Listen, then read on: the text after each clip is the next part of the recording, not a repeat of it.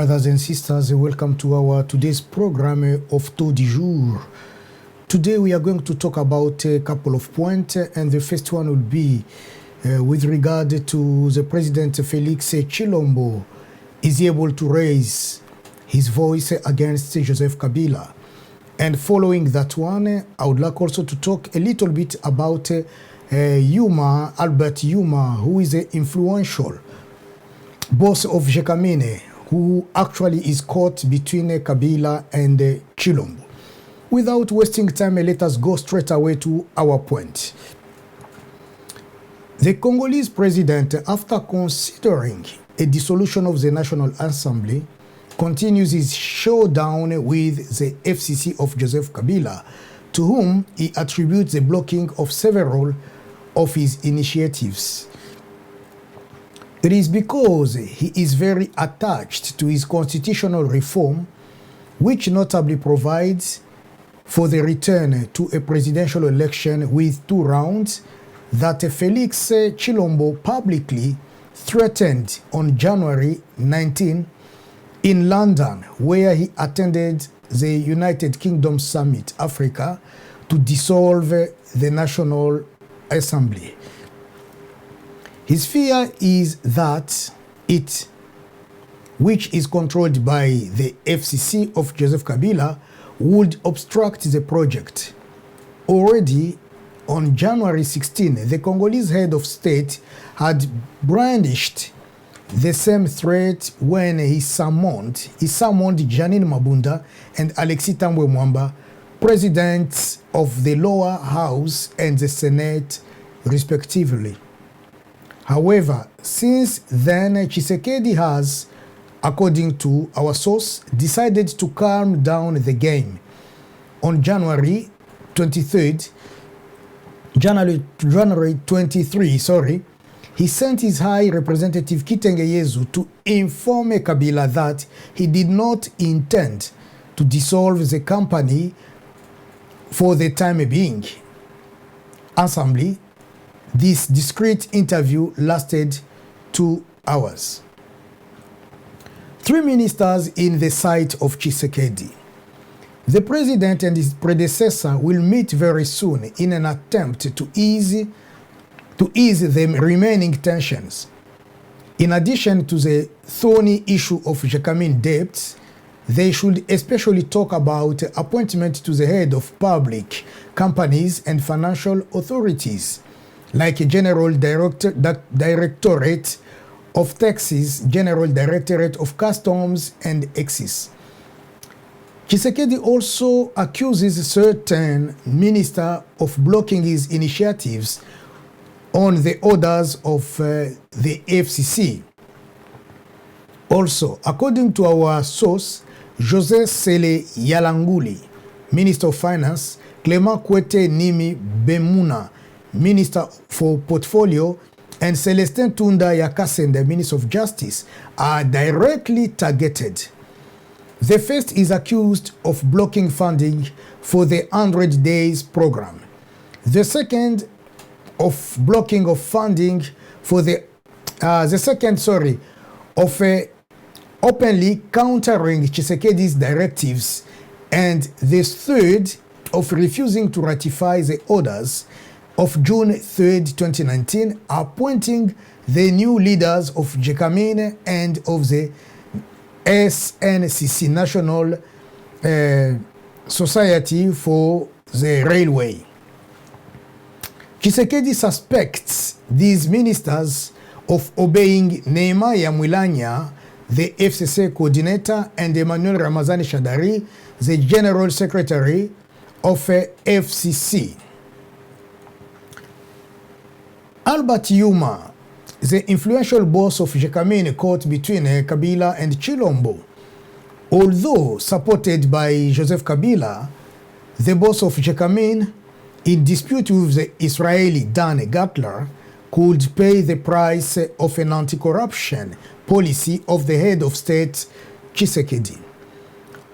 Albert Yuma Mulimbi is it angry not to be in Kolwezi on January 15? On that day, the Desiwa company inaugurated a brand new copper and cobalt refining plant there with great fanfare. The project he put all his talent, all his energy, sums up one of his relatives. His absence is a blow to us. In the speech he was to deliver, the emblematic chairman of the board of directors of Jacamins had planned to rejoice that in 10 years, the production of Desiwa would return 100% to Jacamins. The latter hold currently 49% of its capitals. But where will he be in 10 years? No official reasons has been put forward to explain his absence, but everyone is aware that Albert Yuma was not allowed to leave Kinshasa, and that the powerful Directorate General of Migration takes care to limit his comings and goings. The fault in the financial dispute which opposes the Israeli Dan Gertler. This is a so-called 200 million euro affair, which has hit the headlines in the DRC. The stakes are such that the Kinshasa prosecutor's office took up the case at the end of 2019. Albert Yuma, like the Director General and the Secretary General of Jacamins, was asked to be at the disposal of the justice system. On December 27, in a press release read on national television, Tshisekedi himself encouraged justice to do its job. Is there any pressure?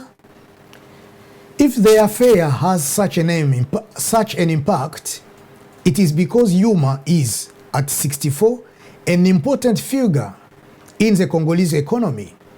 Not content to sit on the board of directors of Jacamins since 2011, he also heads the Federation of Congo Enterprises, the Standing Conference of African and French-speaking consular chambers, and the Central Bank Audit Committee from Congo. Above all, he is a close friend of Joseph Kabila, the former president, a Katangese, like him, from the small town of Congolo. Under pressure, will Yuma hold on? In September 2019, as the boss of the Congolese bosses, he was part of the delegation that accompanied the head of state during his first official visit to Belgium.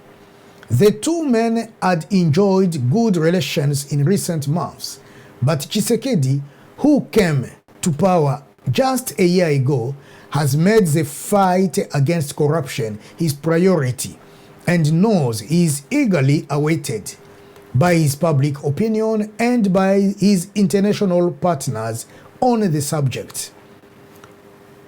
A skillful speaker, sometimes haughty, he has been holding a sovereignty discourse for several years, readily criticizing Western investors. It's a fact. Yuma remains a divisive character, technocrat trained on the benches of the Catholic University of Louvain in Belgium. He began his career at the beginning of the 1980s with the Belgium textile group Utex Africa, which became Texaf and widely converted into real estate. This is also where he built his fortune, and Kinshasa still remembers the sumptuous weddings he organized for his daughters in July 2019. A skillful speaker, at times haughty, always on top of things, he has been holding a sovereignist discourse for several years, readily criticizing Western investors, accused of not paying a sufficient part of their income and profit to the Congolese, while showing themselves well more conciliatory towards its Chinese partners. In 2017, the NGO Global Witness accused Jacamins of mismanagement and raised the embezzlement of funds amounting to several $100 million. Yuma protests and defends his record, but Westerners tense up. See with a negative eye his proximity to a Joseph Kabila suspected of seeking to stay in power, and with Dan Gatla under sanctions from the United States Treasury since December 2017. At the time, they are still friends. To make matter worse, in 2018, Yuma poses as a fierce supporter of the new mining code, more demanding than the previous one towards foreign investors. At that time, says a relative of the former president, I will repeat it, Yuma was in direct contact with Joseph Kabila, who consulted him informally on a number of files. Cumbersome. Today, Yuma finds himself at the heart of the battle between Kabila and Tshisekedi. It must be said that Jacamine is of crucial importance for the economy and therefore power. It is not new since it is partly to keep control of this company, which at the time was called Okatanga Mining Union, that the Belgians supported and financed the secession of Katanga in 1960s. When he arrives at the top of the state in early 2019, Tshisekedi is therefore anxious to assert his authority over the management of Jacamins, and on this issue, it is Dani Banza, a time deemed close to opposing to the member of opposition, Moses Katumbi, who discreetly advises him. The head of state fails to dismiss Yuma, whom Kabila also tries in vain to impose on him as prime minister, but signs in early June several orders restructuring the management of the company. Truly, Yuma remains the keystone of Kabila's grip on the mining sector. Yuma is thus flanked by a managing director, Sama Lukonde Kienge, also close to Katumbi. The tensions arising from the decision are such that the Ministry of the Portfolio, who is controlled by Joseph Kabila, by the Joseph Kabila's coalition, refuses to apply them. On this point, however, the two heads of the executive now seem close to an agreement. Tshisekedi therefore seems to have every interest in getting rid of the bulky Yuma, if only because, according to a member of the president's entourage, he is in the sight of the Americans and could be punished. But what will Kabila do? Yuma remains the keystone of its hold on the mining sector, like the former Minister of Mines, Martin Kabwelulu. Furthermore, delivering him to justice would be an admission of weakness in the face of Félix Tshisekedi and a bad signal sent to own supporters, because they could see it as proof that Kabila is losing his power and his influence, explains a source within the coalition of FCC. In other words, if Kabylian heavyweights such as Yuma can be released, no one is safe. This the former president is aware of, just as he knows that if Yuma ends up in hands of the justice system, his entire economic and financial system could be threatened. If we learn that something bad happened to Yuma, we will paralyze the country. Félix Tshisekedi does not seem determined to bury the affair. On December 31st, he met Joseph Kabila and repeated that he wanted all the light to be shed on the file. On January 10, two FCC members of the government tried to plead the cause of Yuma in full council of ministers, arguing that it was a question of the good functioning of Jacamine. Celestin Tunda Yakasende, Minister of Justice, and Azarias Ruberwa, the one who is in charge of decentralization.